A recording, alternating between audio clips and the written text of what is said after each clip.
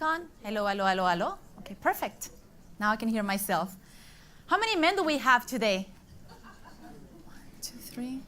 Wow. You guys are brave. I gotta tell you that. Okay, I can see more of you guys on this side. Maybe you guys can squeeze over to this.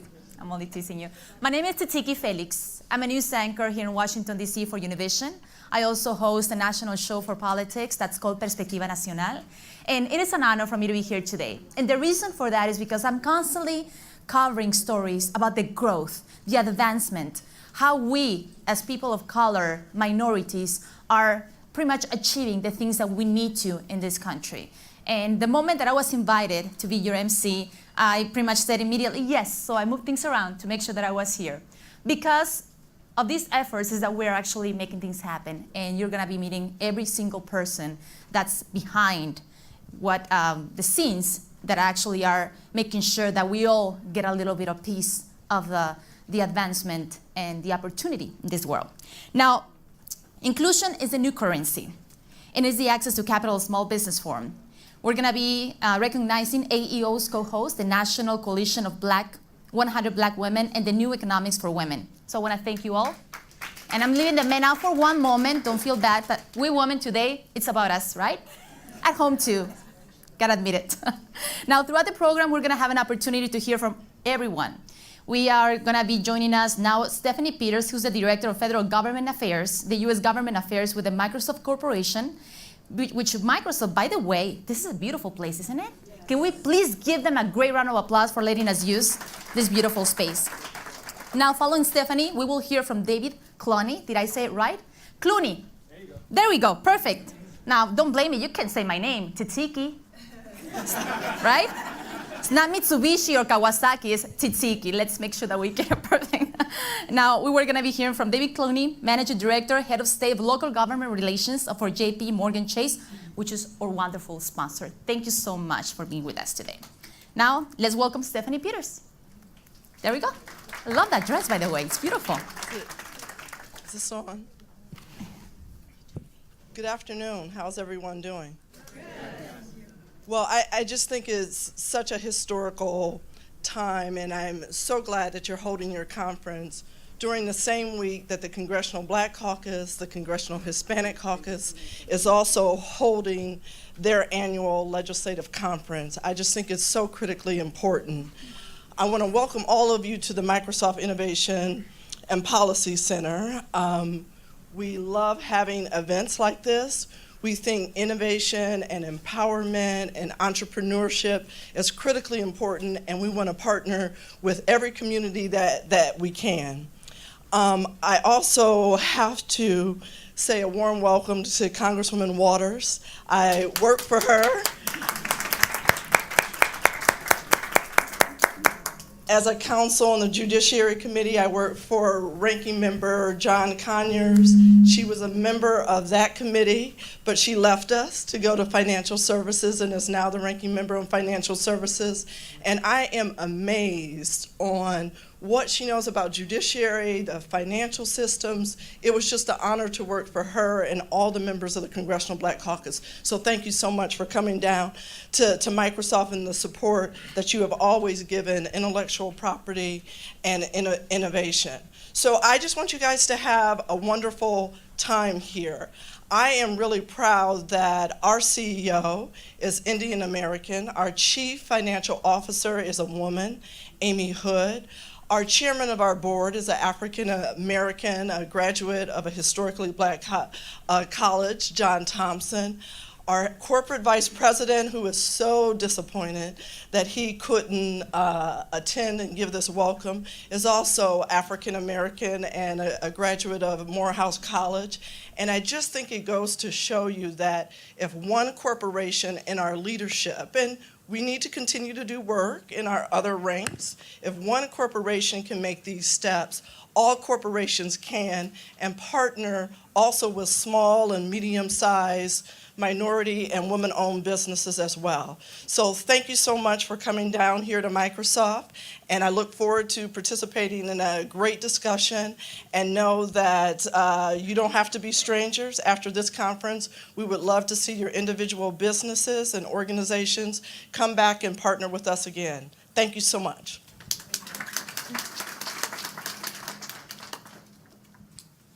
Good afternoon, everybody. My name is David Clooney, and as Tatiki said, it's not that hard, Tatiki. As Tatiki said, I am the head of state and local government relations at JP Morgan Chase. I'm going to provide a very brief welcome and talk to you about how much of a priority small business development is for us at JP Morgan Chase. Before I do that, we're joined by Maxine Waters, our distinguished congresswoman from California, and also ranking member of the House Financial Services Committee. Before I get started, I know the congresswoman has a tight schedule, so I'd like to invite you, if you'd like, to say a few words to the group before you have to leave. You certainly did. Hello, everyone. Hello. How are you doing? First of all, let me tell you how I got here. We got a call from 100 Black women, and when 100 Black women call, we answer. They were recently on the Hill, and we had a great time, and even though it was a very late notice and a very busy schedule that we have, because this is the Legislative Conference Black Caucus Week, I decided to run over here and say a few words. Now, what I didn't know was this is bigger than I thought. And so we not only have 100 Black women here, there's another organization that's involved. And of course, Microsoft, JP Morgan Chase, et cetera, et cetera. So for JP Morgan, I promise you I won't talk too much about the Dodd-Frank reform. But I will tell you this. In Los Angeles, we have something called Valley EDC, Economic Development Corporation. And so I also have another organization started by Macedonia Church to do some economic development. And so I ended up kind of putting them together, and we're about to do a business incubator. And so JP Morgan Chase is involved with the incubator. So we may get to be closer than we thought. Thank you. So let me go ahead and, since they brought this podium, I'm going to take advantage of you. First, I'd like to thank the National Coalition of 100 Black Women and the Association for Enterprise Opportunity and New Economics for Women for holding this forum. You know, a few weeks ago, I heard a devastating statistic that none of us can afford to ignore. 228 years. According to the researchers' calculations, that's how long it will take Black families and other families of color in this country to amass the same amount of wealth that white families currently enjoy. This difference between the economic realities of people of color and whites is what we call the racial wealth gap, and it is growing at an alarming rate. I came here today to tell you that I'm not that patient, and I don't expect for you to be either. We cannot wait 228 years to fix this problem. We don't have 228 years. That's 3 entire generations left to waste. For the sake of our families, for the sake of our communities, and for the sake of this nation, we must make meaningful inroads toward building wealth right now. And here's how we do that. We do that by helping you. I don't have to tell you, because you already know, that it is a fact that women-owned businesses are the fastest growing segment of the entrepreneur market, and that within this niche, it has been women of color who have been leading the pack. From 1997 to 2014, the number of businesses owned by African American women grew 322%. During that time period, Latino women-owned businesses grew by 180%. These women and minority-owned businesses, your women and minority-owned businesses, must be able to grow, and to do that, we must hold financial institutions accountable for meeting their credit and capital needs. For years in this country, small businesses lending has gone on with little or no transparency. You don't know who applied for loans. You don't know how much the loans were for. You don't know the reasons for denial or acceptance. As a result, it has been virtually impossible to track gender and racial discrimination in small business lending. And yet, study after academic study has indicated that minority entrepreneurs and female entrepreneurs are treated significantly worse than their white and male counterparts when seeking financing for a small business, even when all other variables like credentials, their companies, and even their clothes are controlled for. Along with my colleagues, I'm working to change that. In passing the Dodd-Frank Wall Street Reform and Consumer Protection Act, we included a provision called Section 10721, which requires financial institutions for the first time to publicly release information on small business loans by gender and race. Transparency breeds accountability, and shining a light on financial institutions' small business lending practice will discourage the bias that has so often prevented women and minority-owned businesses from reaching their full economic potential. But I'm not done there. I also believe that women and minority-owned businesses must be meaningful players in the federal government's contracting and procurement process. That's why I put Section 342 into the Dodd-Frank Act, requiring financial regulators to track and ensure they diversified their contracting awards, whether it be an award to manage a $175 billion in assets, the construction contract for their new office building, the contract for lawyers they hired to negotiate for them, or the housekeeping contract. My goal is to make sure that our businesses start benefiting from tax dollars at an increased rate. At the end of the day, I'm doing this because I have a theory. We can close this gap and generate wealth in our community by pushing policies that demand that our businesses have a seat at the table when it comes to federal, state, and local government awards and meaningful access to credit and capital from financial institutions. Each one of those dollars builds capacity, and that increase in capacity gives more people jobs, higher pay, and those jobs and increases in pay result in more dollars going into other businesses in our communities. That's the cycle we need to close this gap, and that's the plan for how we do it. I vow to partner with you to put that plan into effect, and I hope that you will partner with me to make it happen. So I thank you for giving me this opportunity to speak with you on this important issue, and I look forward to hearing your own thoughts on how we can increase capital and credit for women and minority-owned businesses. One of the workshops that I'm doing, if I can have one of those flyers that I thought I brought here, this Friday, is a workshop called Closing the Wealth Gap. And we have panelists, Christopher Williams, some of you know, Chairman and CEO of the Williams Capital Group, Wall Street asset manager and investment banker. James Reynolds, founder, Chairman and Chief Executive Officer of Loop Capital, Chicago investment banking firm. Warren Thompson, President and Chairman of the Thompson Hospitality Corporation and owner of 31 Shoney's restaurants, and a woman named Nicole Parker, CEO and founder of the Ellison Group, former recipient of Woman Contractor of the Year Award.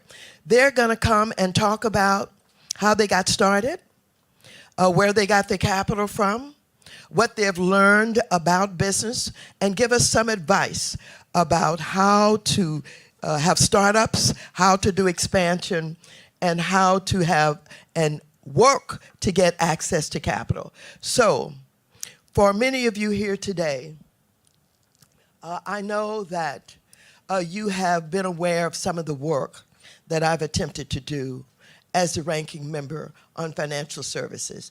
And it's not always agreed to, but I do get a little tough about access to capital. So I want to work with you to make sure that I help guide you in putting that money where we need it and where women would like to have it, and that way we'll become great friends. Thank you so very much. And we'd like to work with you too. Thank you. So allow me to reintroduce myself. It's David Clooney, Head of State and Local Government Relations at JP Chase. And let me say quickly, when I agreed to do this welcome today, I wasn't told I'd be following one of the most influential members of the United States Congress. So I believe that's what President Obama would call the okey doke. But alas, here we are. And I'm very happy to be here with you today. Congresswoman Waters, we take very seriously our commitment to, and we want everybody to know, JP Chase takes very seriously our commitment to small businesses. We realize not only is it the right thing to do, but it is also, as a business case, it is good for the larger economy. It's good for our business as well.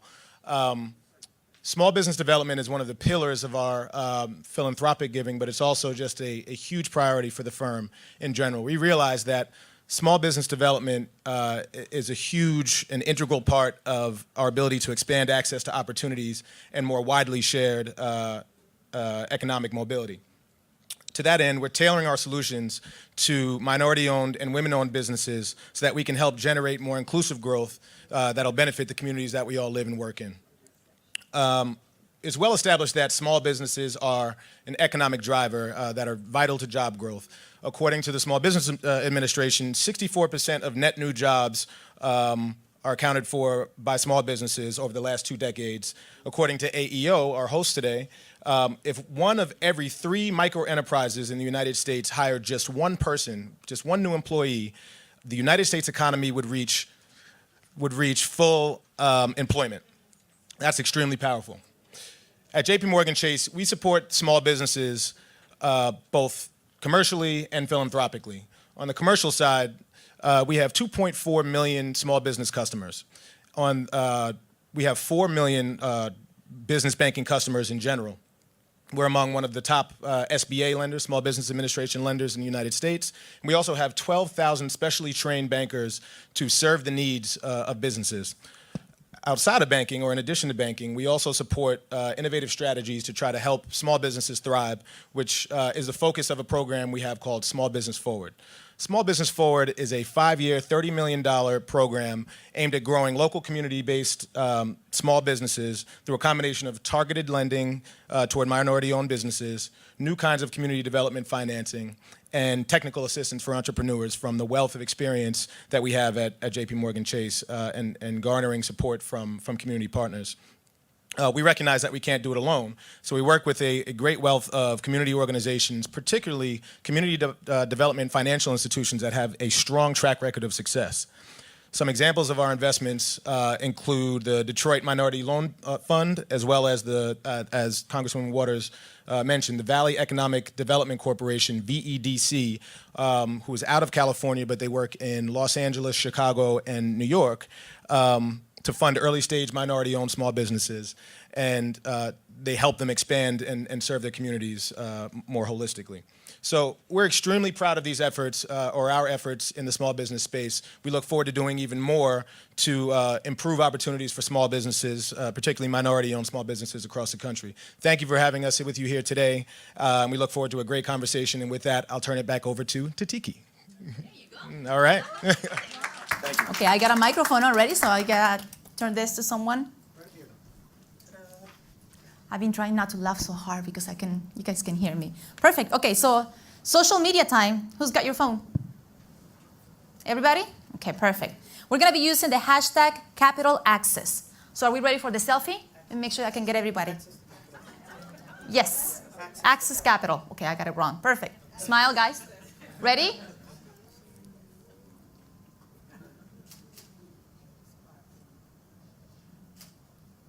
Wow. So quiet. Okay, perfect. We got breaking news for you guys today. Let me tell you. As we already know, the National Voice for Innovation in Microbusiness and Microfinance is AEO. And we got something great happening today. They are the forefront for creating solutions that will change the way capital and services are serving. The entrepreneurs in every community across the country are going to be benefit from something that AEO is going to be revealing. So I'll give you this. It's a prototype developed to screen, sort, and match bank declines for business credit with community mission-focused lenders who can make these loans. That is Project Q, which is AEO's initiative that won the CDFI Fund Innovation Challenge awarded by the Department of Treasury. How about that? Isn't that great? Everything's getting easier by the minute. Now, spearheading this lending institution, which happens to be celebrating the 25th year, is the president, the person making everything happen, and CEO Connie Evans. Let's give her a great round of applause.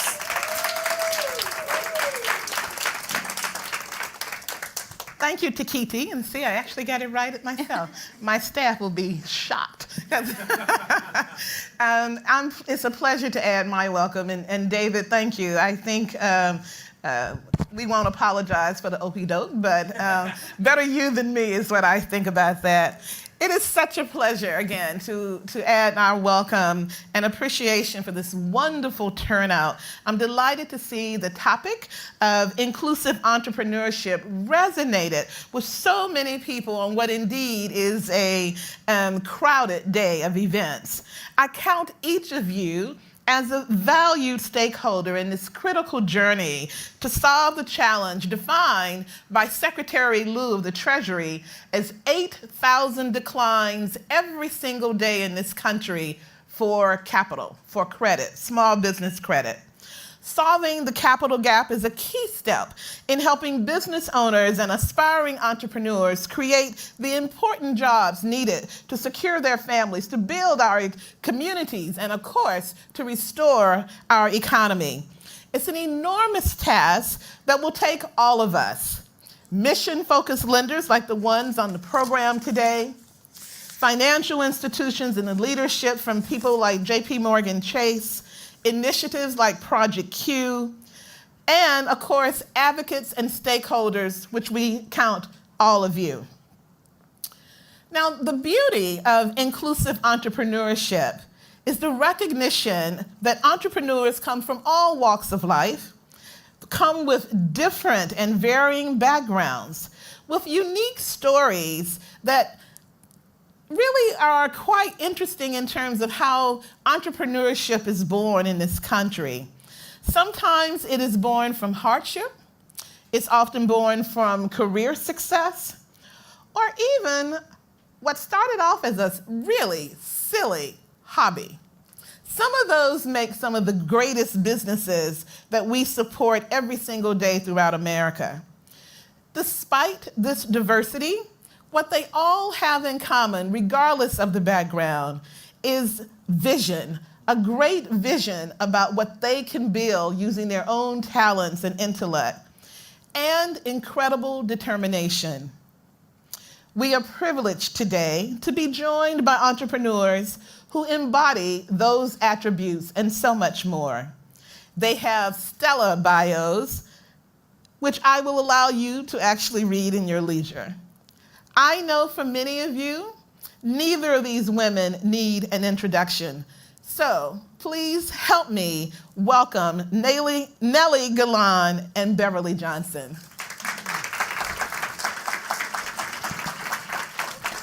Please.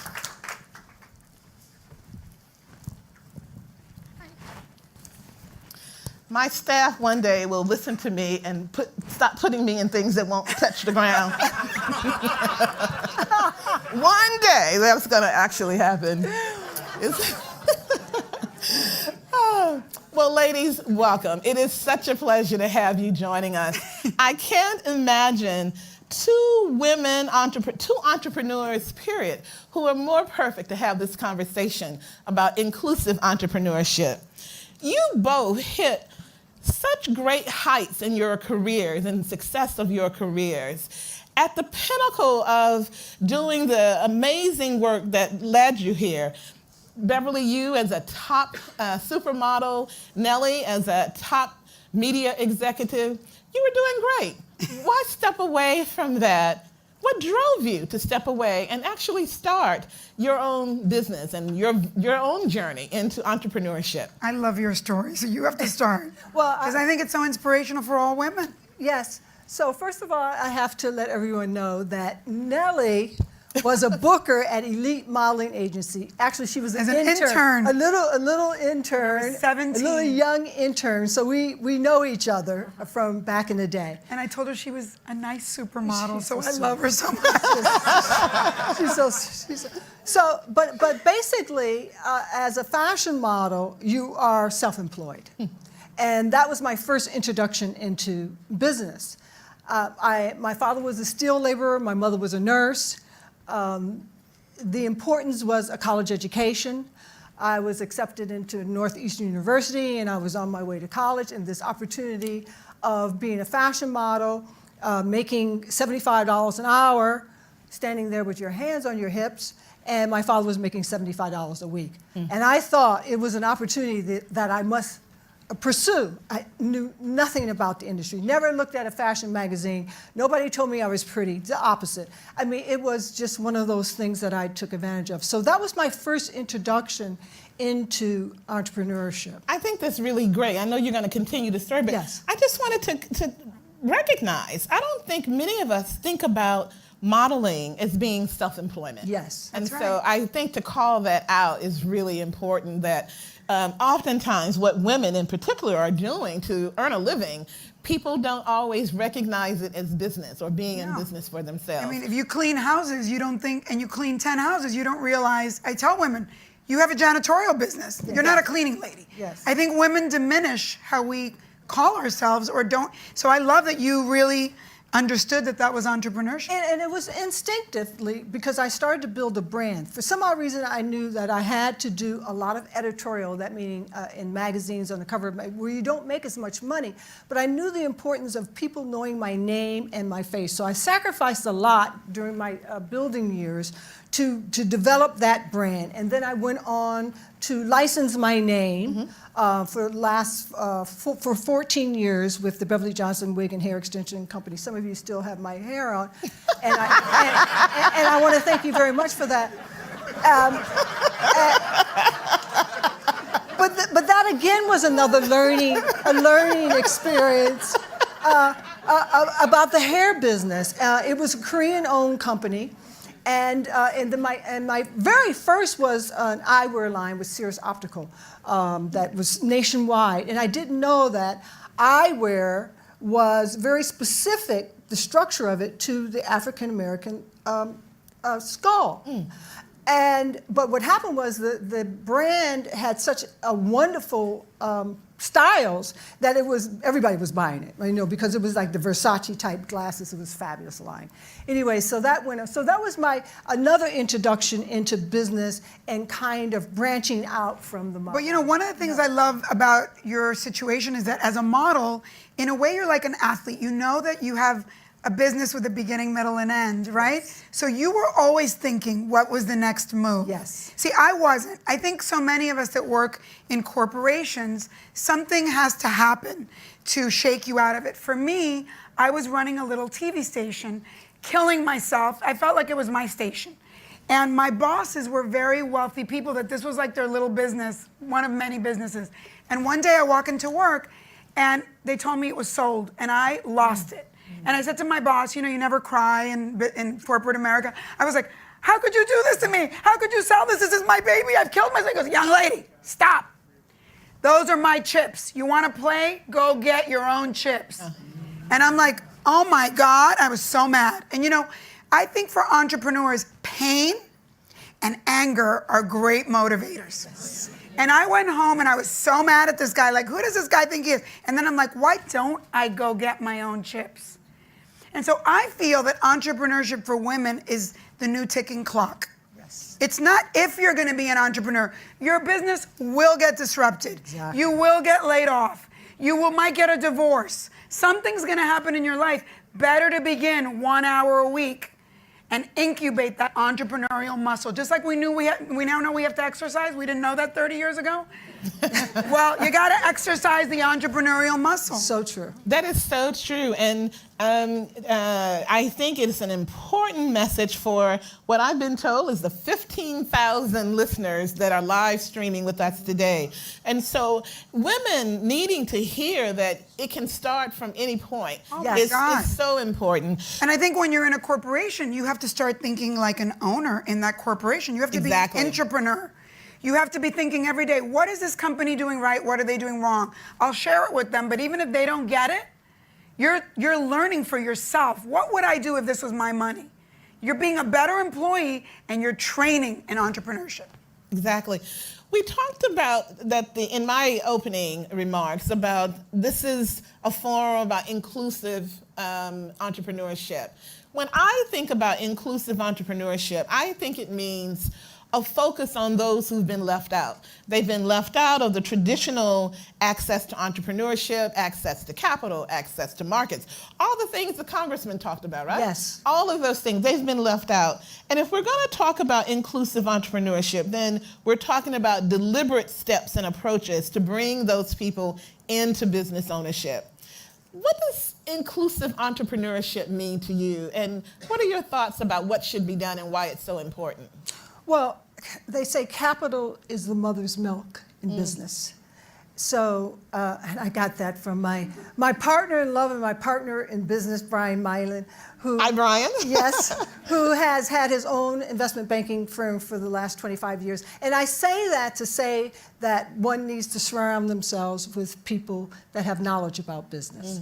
And it's the team that you surround yourself with. I am not the smartest person on my team by any means, and I love to be around smart people. But I do feel that the inclusiveness would be a company like J.P. Morgan Chase or AEO, people that are really concerned about the welfare of entrepreneurship, particularly with women and people of color. Yes. So I just think that it's essential that we go out and, I'm just finding out about your organization. I will be giving you a call later.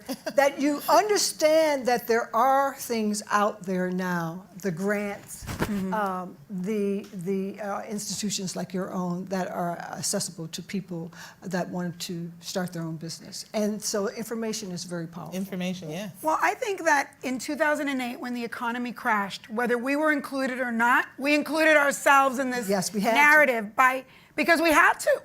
Because we don't have linear paths, right?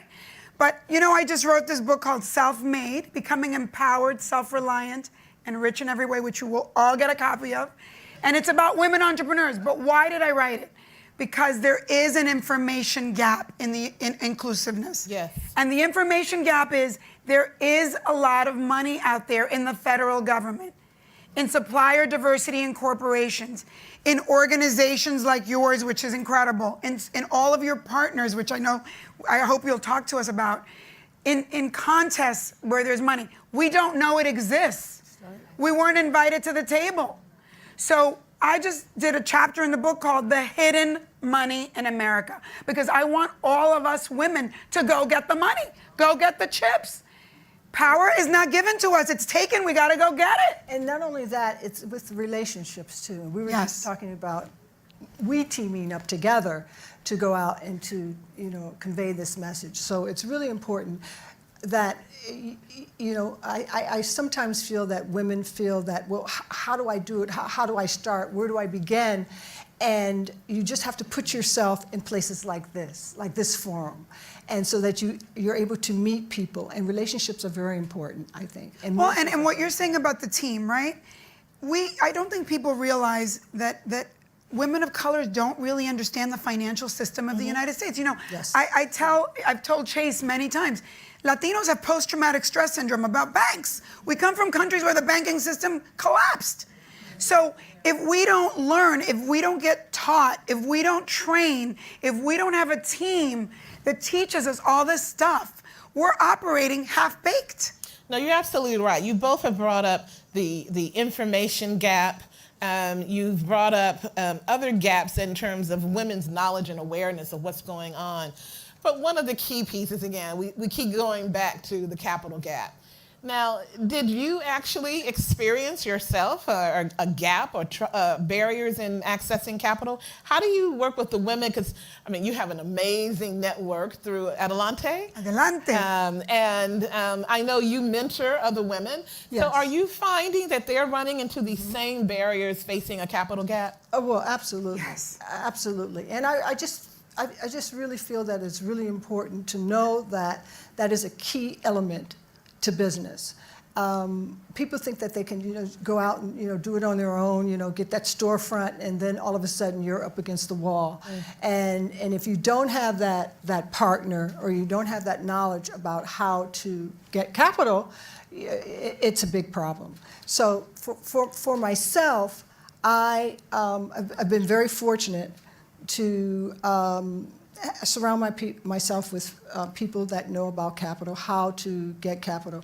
I'll be very honest. I semi-retired about 6 years ago, and I was waiting for my Oprah moment as to, which I could do at that time, what I should do next. And it came in the way of a friend of mine passing away suddenly. At any rate, I decided that one of the things I always wanted to do was to go into business for myself. Of course, not the licensing of my name, but actually to own the company. And I went about getting this team of people together and getting that person on the team that knew how to access capital. Yeah. And for me, that came in the way of an angel funder, which was definitely Really an angel. really an angel, and not so much a loan, Yeah. which is you got to pay back. But not only that, it's the interest rate and everything. But anyways, a real true entrepreneurial company was born, and the only thing I can say about that is that it's very arduous and it's a very slow process. And I'm used to do the job, pay me, and this was not that kind of situation. It was every day, hair on fire, the product didn't arrive, or you get a huge order and you're trying to scramble around to banks and to fill the order, and then they take your order and they don't pay you. You're like, no, you can't do that now, wait a minute, And you realize that, you're really, your back is up against the wall. But I'm saying all that. I mean, I've forgotten your question. You're doing fine. Yeah, but the raising of the money. I'm saying all that is that, once again, capital is the mother's milk. Not only is capital the mother's milk, I mean, you mentioned that it takes a network, right? Yeah. It's really about how we make those connections. For a lot of the individuals who I'm sure are in this room and those who are listening, having access to investment dollars and those kinds of angels, just something they don't actually have ever to deal with. And so organizations and the nonprofit lenders in the community that we're going to hear about that are part of the AEO network and organization really are key for those individuals who are looking for what some people are talking about, even runway capital, right? They don't even have the friends and families to get started or to even begin down that runway. No shortage of ideas, but they just don't have the capital. Well, So I had a it's really different key. experience, and it's good to share because I'm in a business like so many entrepreneurs where I was creating a product, TV shows, and I wasn't getting paid for those TV shows till after they air, so I had a gap.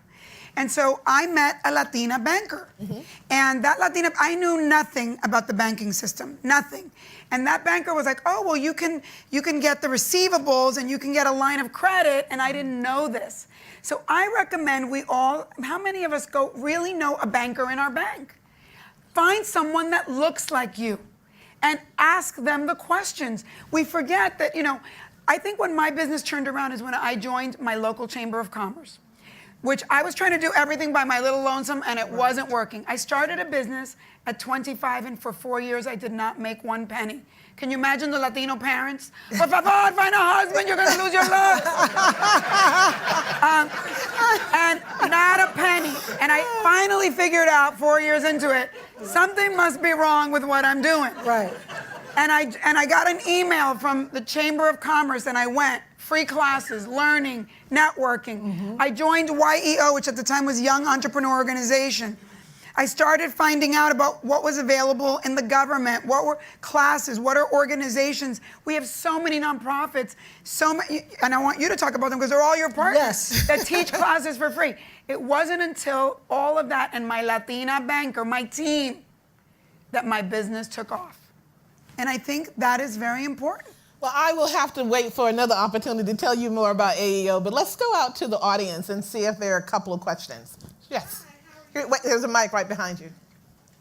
Hi, thank you all for all of your information and sharing your time. My name is Maka Taylor. I am local to Washington, D.C., and I actually live at the cusp of what you're talking about. I have a business. I've been doing it. My business doesn't necessarily have framework, or I'm working to put all of that together because the business that I do is specific to a demographic that I serve.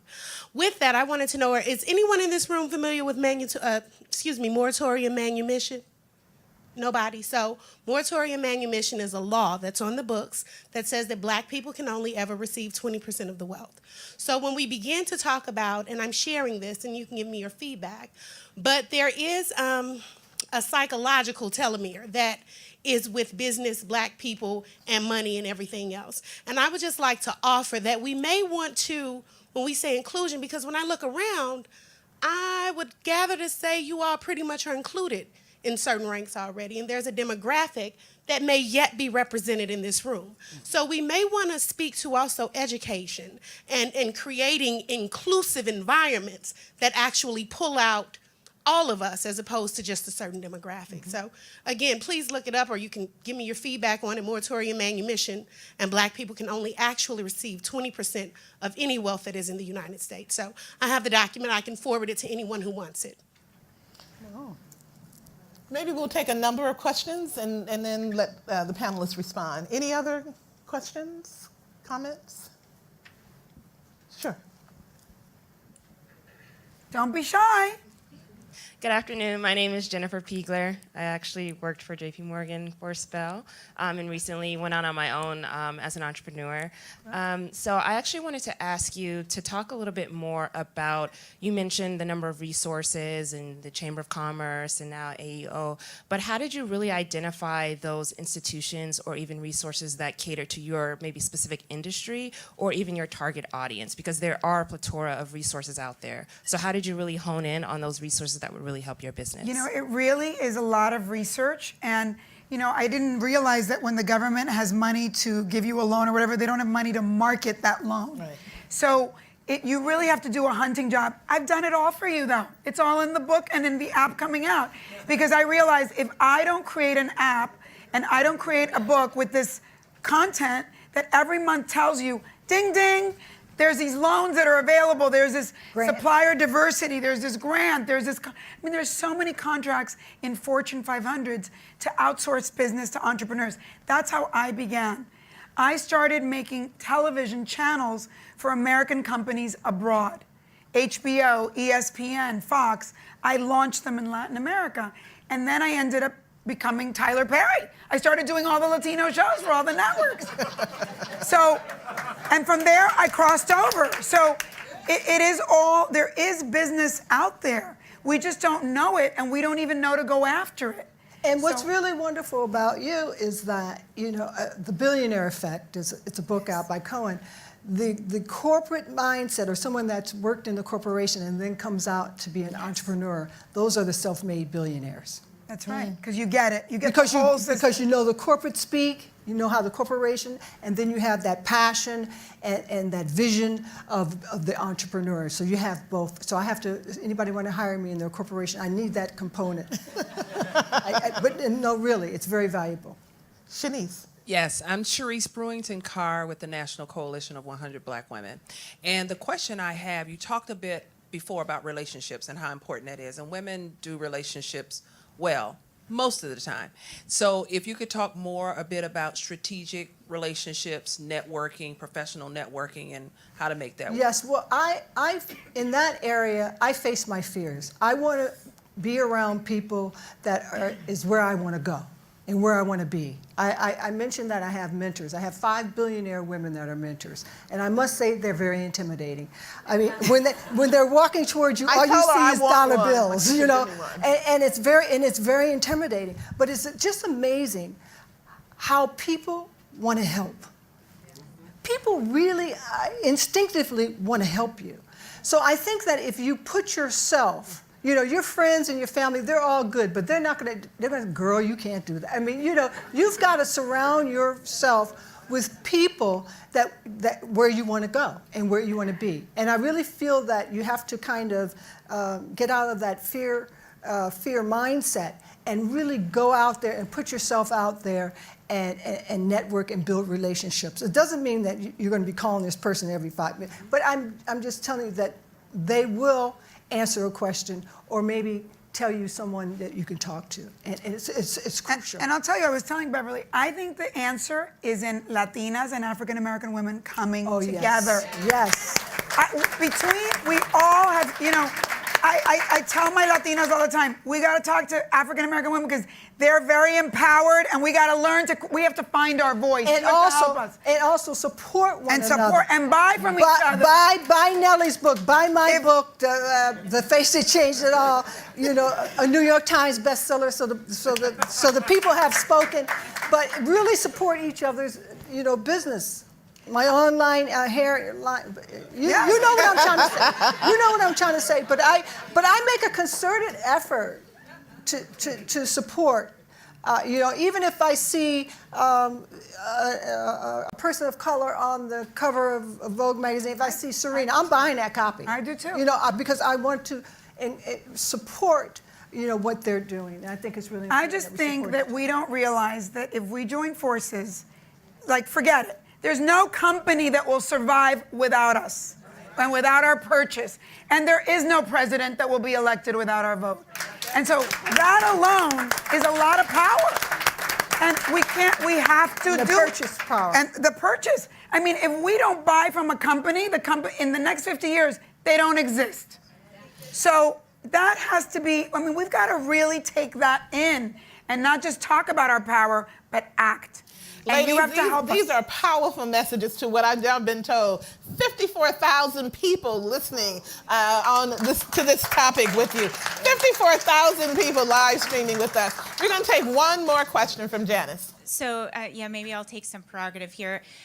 Beverly, when you and I had a chance to address African American entrepreneurs in Los Angeles, you said something that to this day, I think about regularly. You talk about when you had that moment, your Oprah moment, you decided to get into business, and you said, I didn't know what I was capable of until that moment. Yes.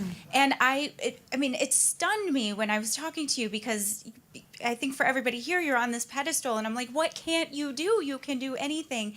And you talked about that as women, we do this to ourselves Yes. a lot. And you found this moment. And I would just love for you to share a little bit of that with this group. And Nellie, I'm sure that you had that moment for yourself. No, but I'm going to add to your question for Beverly, because so many women, I go around the country doing events and training women in entrepreneurship, and so many women say to me, I'm too old. Exactly. I can't do it. I'm too old. I missed the boat. Exactly. And look, it's not true.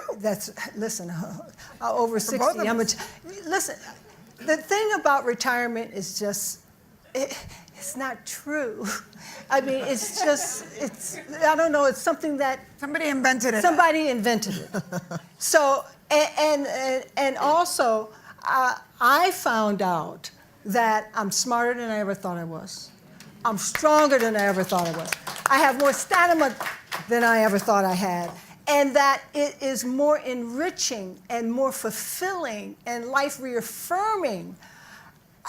This business, this opportunity to really own my power, and also to be able to share it, because I think that connection, me doing this, only fortifies me when I go back to work, or when I go back on the land. And don't you think, because you and I were talking about it backstage, that becoming self-made, that we talk about empowerment, like blah, blah, blah, blah, blah. Yeah. When you got your own money, you're empowered. Yes. When you're becoming self-made, in Spanish we say, you're chingona, you're like kick ass, right? And the truth is, when you realize that there is no Prince Charming. Yes. No offense, we love our maids. But Yes. no mate. Yes. No government. No corporation. No president is going to save us. Sorry. Right? Exactly When you right. become your own Prince Charming, that's it. The story is over. And also, honey, as a psychologist, you know this. And Yes, that's true. no regrets, and no telling that old story, that old tape. Forget about the tape. You know, it's a new day, and you have everything ahead of you, and the heck with was back there. And if I could tell my 25-year-old self something, I would say, don't marry him. He ain't the one. Or, see, he ain't the one. He ain't the one. There's no Prince Charming, and also that there's enough time. If you tell yourself there's enough time for everything, you'll have enough time. And it's a very slow process, and it's arduous, and it's difficult. And if you're not ready for that, go get a job. And you know what I would tell my younger self? Choose yourself. To be chosen, you have to choose yourself I love it. every day. Yes. If you don't believe in you, if you don't tell me, I ask women, what do you do? Oh, I'm a cook. Or are you a chef or are you a cook? Because if you're not a chef, I can't cast you in Master Chef. Right. Okay? So men always, no offense to men, but they always say what they are gonna be instead Right. of what they are. We say less than what we are. Yes. We need to declare ourselves every day. Because you know you're not going to let yourself down. So stop depending on somebody else. Ladies, I can't imagine a better line to end on. Please help me thank these amazing women entrepreneurs. I think they want to get a photo. Thank you, Connie. Oh, it's my pleasure. Connie, we have to hear more about your